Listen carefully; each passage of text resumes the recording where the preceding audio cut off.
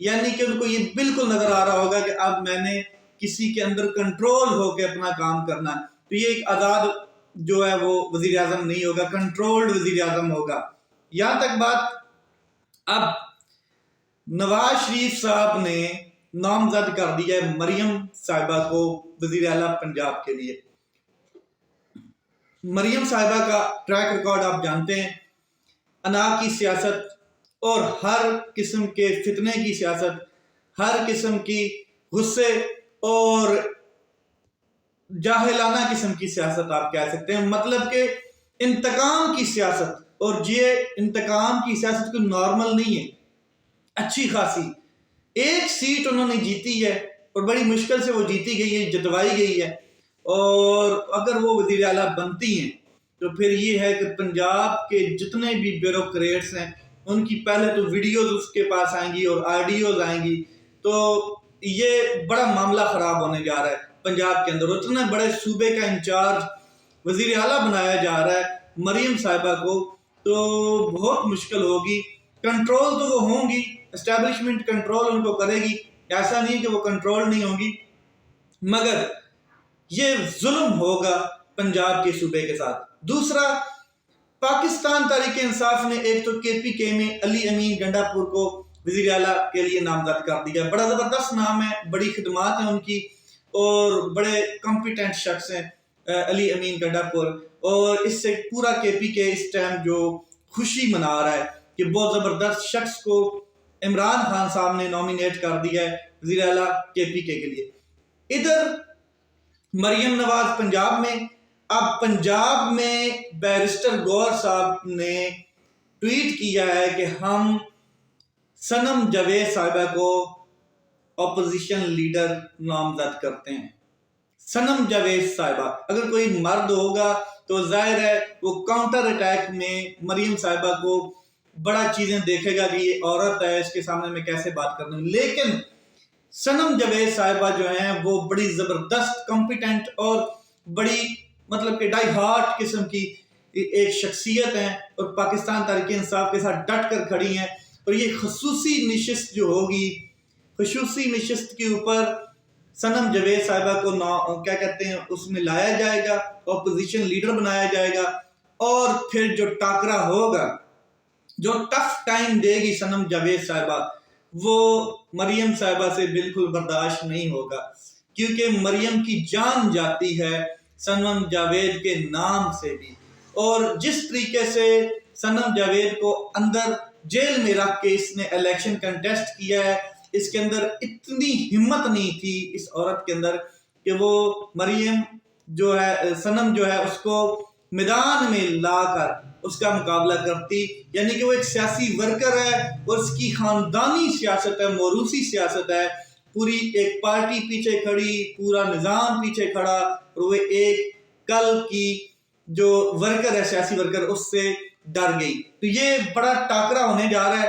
اور پاکستانیوں کو مبارکباد اس لیے دینا چاہتا ہوں کہ اب آپ دوبارہ کوئی اگلے 2-3 سال جو ہیں، فار ایگزامپل اگلے 2-3 سال، جہاں تک میرا اندازہ ہے، آپ کے اوپر مہنگائی کے ظلم اور ستم دوبارہ آئیں گے، اور دوبارہ یہ سارے بادل چھا جائیں گے، اور پھر آپ ذلیل و خوار جیسے پہلے ہوئے ہیں پچھلے 16 ماہ سیم ہوں گے. اور اس میں آپ نہیں، میں بھی شامل ہوں، میری فیملی بھی شامل ہے، تمام پورے پاکستان کے جتنے مڈل کلاس اور لو کلاس لوگ ہیں، یہ سارے سب شامل ہیں. اس ٹائم تو ایلیٹ کلاس بھی جو ہے نا، وہ بھی پاگل ہوئی پڑی ہے، بل بجلی کے دیکھ کے، گیس بجلی کے اور گیس کے بل دیکھ کے اور مہنگائی دیکھ کے.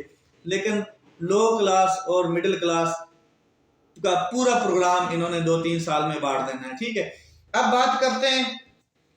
عمران خان صاحب نے اڈیالہ جیل سے بڑا زبردست میسج بھیجا ہے اپنی فیملی کے ذریعے، اور انہوں نے کہا کہ ایک تو عمران خان صاحب نے کہا کہ P M L N people party M Q M کے ساتھ کوئی بیٹھک نہیں ہوگی، کوئی اتحاد نہیں ہوگا، ان کے ساتھ کوئی بات ہی نہیں کرے گا، ان کے منہ ہی کوئی نہیں لگائے گا. بالکل زبردست، یہ ہی ہونا چاہیے. اس کی ریزن ہے کہ عمران خان صاحب نے 26 سال جو سٹرگل کی ہے وہ ان کے خلاف کی ہے، ایک چیز. دوسرا، ان کا بیانی ہی ان کے خلاف ہے، ان کے ہاتھ ملانا ان کے ساتھ بنتا ہی نہیں ہے. اور تیسرا، اپنے آزادی پہ سمجھوتا یا اپنی پارٹی کی سیاست کے اوپر سمجھوتا کر کے اگر کسی ایک کے ساتھ ہاتھ ملایا جاتا ہے تو عمران خان صاحب کی جو وہ 26 سالہ سٹرگل ہے اس کو ڈینٹ پڑ جانا ہے اچھا خاصا. تو یہ بڑا زبردست فیصلہ. دوسرا انہوں نے کہا ہے کہ MWM جو ہے مجلس وحدت مسلمین، اس کے ساتھ اتحاد کیا جائے گا، اس کے ساتھ پارٹی مرج کی جائے گی، ضم کی جائے گی، اور پھر خصوصی نشستیں بھی پارٹی کو مل جائے گی. تو علامہ راجہ ناصر صاحب ہیں، انہوں نے اس کو بڑے کھلے دل سے تسلیم کیا ہے کہ پاکستان تحریک انصاف نے جو ہمیں یہ عزت بخشی ہے، جو عمران خان صاحب نے ہمارے اوپر یہ اعتبار کیا ہے، یہ خون کے آخری قطرے تک ہم عمران خان صاحب کے ساتھ کھڑے ہیں. اور عمران خان صاحب نے پاکستانیوں کے لیے جو میسج بھیجا ہے وہ بڑا زبردست ہے. انہوں نے کہا ایک تو انہوں نے بڑا سوشل میڈیا کے لیے کہا ہے کہ میں سلام پیش کرتا ہوں سوشل میڈیا کے لوگوں کو جنہوں نے بڑی اچھی طریقے سے تحریک چلائی ہے. دوسرا انہوں نے کہا ہے کہ اس پورے مرحلے کے دوران ہر قسم کی صورتحال سے نمٹنے کے لیے سوشل میڈیا نے کام کیا ہے. اس کی میں بطور ایک لیڈر، ایک پارٹی چیئرمین اور ہر لحاظ سے خراج تحسین پیش کرتا ہوں. میں مزاحمت کی سکت اور صلاحیت سے لیس ان پولنگ ایجنٹس کی خدمات کو بھی سراہتا ہوں جنہوں نے دھونس اور دھمکیوں کے باوجود، ناروا سلسلے کے باوجود ڈٹ کر اپنے فرائض سر انجام دیے. انہوں نے کہا کہ پاکستان کے عوام نہایت واضح اور دو ٹوک انداز میں اپنا فیصلہ سنا چکے ہیں. چنانچہ اب پاکستان کو صاف اور شفاف الیکشن اور جمہوریت کی اشد ضرورت ہے. عوام کے مینڈیٹ پر ڈاکہ ڈال کر حکومتوں میں گھس بیٹھنے والوں کو میں خبردار کرتا ہوں، مس ایڈونچر سے گریز کریں. عوام کو ووٹ پر دن دہاڑے جو ایسے ڈاکے ڈالے گئے ہیں اور شہریوں کی ووٹ کی توہین کی گئی ہے، بلکہ اس سے ہوگا یہ کہ ملکی معیشت دوبارہ ایک گڑھے میں جا پڑے گی. پاکستان تحریک انصاف عوام کی منشا پر کسی طور پر سمجھوتا نہیں کرے گی. یہ بات میں پہلے بھی کر چکا ہوں کہ عمران خان صاحب نے کہا کہ میری ذات پہ کوئی سمجھوتا ہو یا نہ ہو، عوام کی ذات کے اوپر، عوام کے حق کے اوپر کوئی سمجھوتا نہیں ہوگا. پیپل پارٹی، مسلم لیگ نون اور اقوام جو MQM ہے، ان سے کسی قسم کا بھی سیاسی اتحاد ممکن ہی نہیں ہے، اور عوام کا مینڈیٹ چرانے والوں کو جو ہے وہ عبرتناک ان کا انجام ہوگا. یہ عمران خان صاحب نے میسج بھیجا ہے اور بڑا زبردست میسج ہے کہ عمران خان صاحب نے بالکل دو ٹوک الفاظ میں یہ بات کر دی ہے کہ جس نے عوام کے مینڈیٹ پہ ڈاکہ ڈالا ہے اور جس پارٹی کے ساتھ یہ داغ لگ چکا ہے اس کے ساتھ ہم بالکل اتحاد نہیں کریں گے. وحدت المسلمین جو ہے اس کے ساتھ اتحاد کریں گے. راجہ ناصر علامہ جو ہے انہوں نے پہلے جو ملاقات کی اڈیالہ جیل میں جا کر، اور عمران خان صاحب کی یہ ان کے ساتھ سیٹنگ ہو چکی تھی. اب جوڑ توڑ شروع ہو چکا ہے. دیکھنا یہ ہے پاکستان میں جو حکومت آ رہی ہے وہ کتنا ڈیلیور کر پاتی ہے. اپنا خیال رکھیں، اپنے بھائی کے اس چینل کا خیال رکھیں. پاکستان زندہ باد.